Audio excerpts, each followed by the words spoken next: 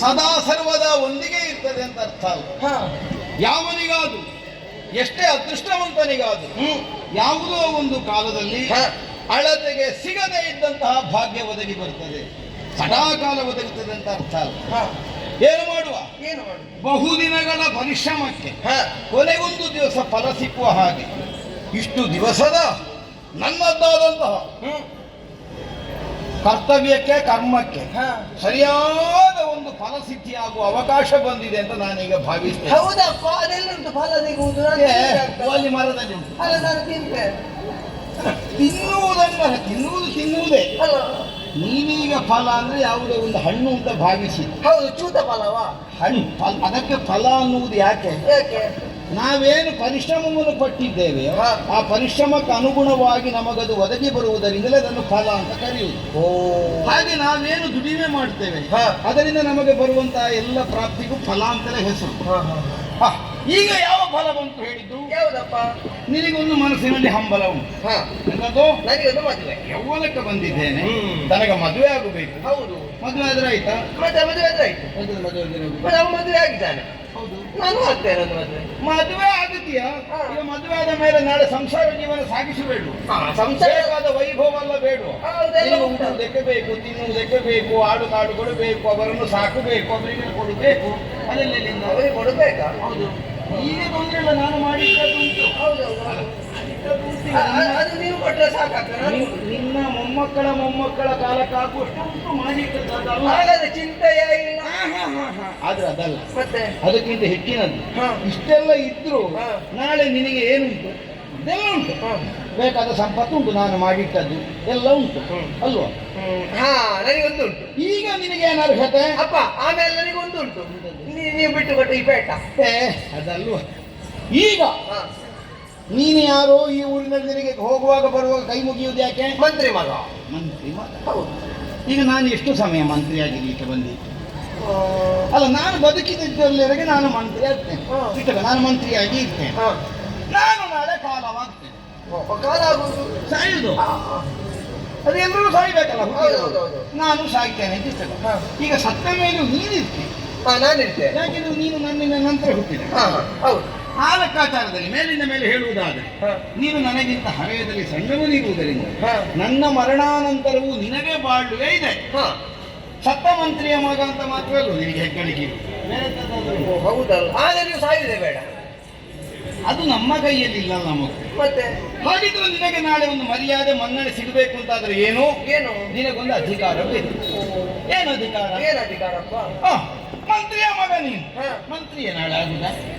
ಅದು ಒಳ್ಳೆಯದು. ಮಂತ್ರಿಯ ಮಗ ಮಂತ್ರಿ ಆಗ. ಮಂತ್ರಿಯ ಮಗ ಮಂತ್ರಿ ಅಂತ ಸುಮ್ಮನೆ ಕುಳಿತುಕೊಳ್ಳುವುದಲ್ಲ. ಮಂತ್ರಿ ಆದ್ರೆ ಹೊಣೆ ಎಷ್ಟು ಉಂಟು? ಮಂತ್ರಿ ಆಗಲಿಕ್ಕೆ ಪ್ರಧಾನವಾಗಿ ಬೇಕಾಗುವುದೇ ತಲೆ. ನನಗೆ ತಲೆ ಉಂಟು. ಎಲ್ಲಿಂಟು? ಇಲ್ಲಿ ಕಾಣ್ಲಿಕ್ಕುಂಟು. ಅದು ಸಿಡಿಮುಡಿ ಕಟ್ಟಲಿಕ್ಕೆ ಮಾತ್ರ. ಮತ್ತೆ ತಲೆ ಒಳಗೇನಾದ್ರೂ ಉಂಟಾ ಕಟ್ಟವನು? ಉಂಟಪ್ಪ. ನೀವು ಯಾವತ್ತು ಎದ್ದುಕೊಂಡು ಹೋಗಿ ರಾಜರ ತಲೆ ತಿಂತೀರಲ್ಲ, ಹಾಗೆ ನಾನು ತಲೆ ತಿಂತೇನೆ ಅವರ. ಅಲ್ಲ, ತಲೆ ತಿನ್ನಬೇಕಾದ್ರೂ ತಿನ್ನುವ ಸಾಮರ್ಥ್ಯ ಬೇಡ. ಹೌದಲ್ಲ, ನಿನ್ನಿಂದ ಮಂತ್ರಿಯಾಗಿ ಆ ಚಾಕಚಕ್ಯತೆ ಇಲ್ಲ, ಜಾಣ್ಮೆ ಚಾತುರ್ಯವೇ ನಿನ್ನಲ್ಲಿಲ್ಲ. ಮತ್ತೆ ನೀನು ಮಂತ್ರಿ ಆಗುದು ಹೇಗೆ?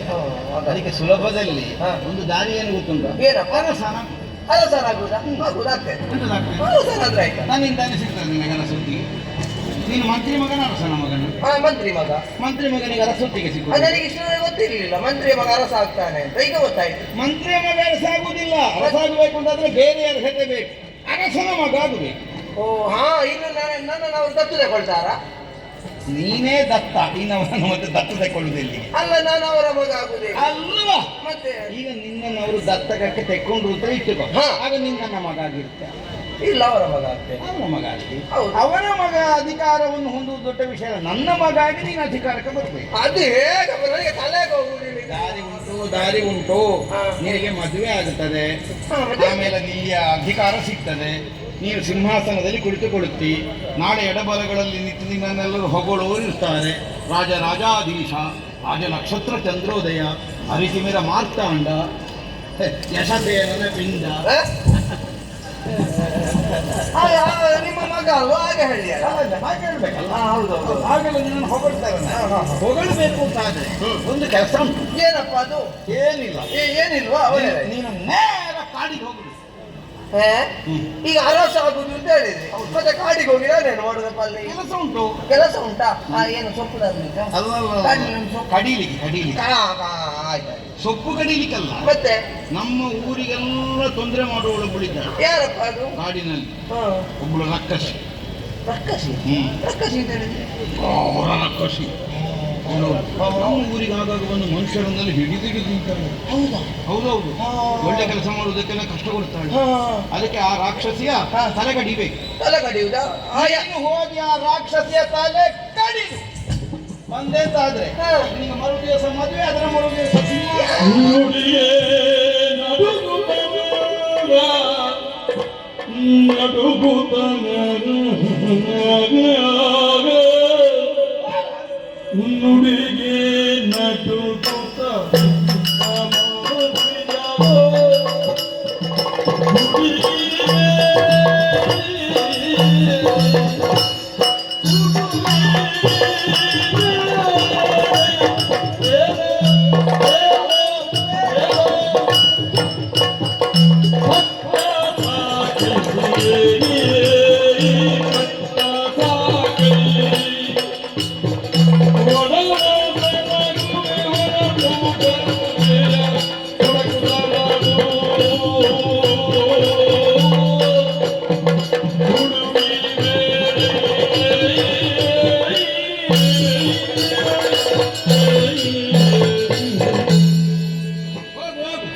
ಕಾಡಿಗೆ ಹೋಗಿ ಆ ರಾಕ್ಷಸಿಯ ತಲೆಗೆ.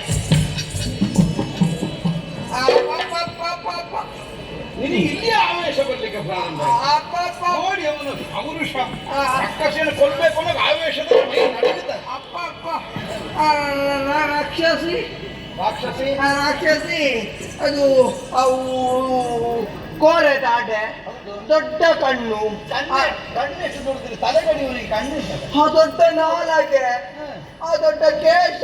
ಅದು ಎಷ್ಟಿದ್ರು ಎಲ್ಲ ಮುಖದಲ್ಲೇ ಇರುವುದಲ್ವ ನಾಲಗೆ ಕಣ್ಣು.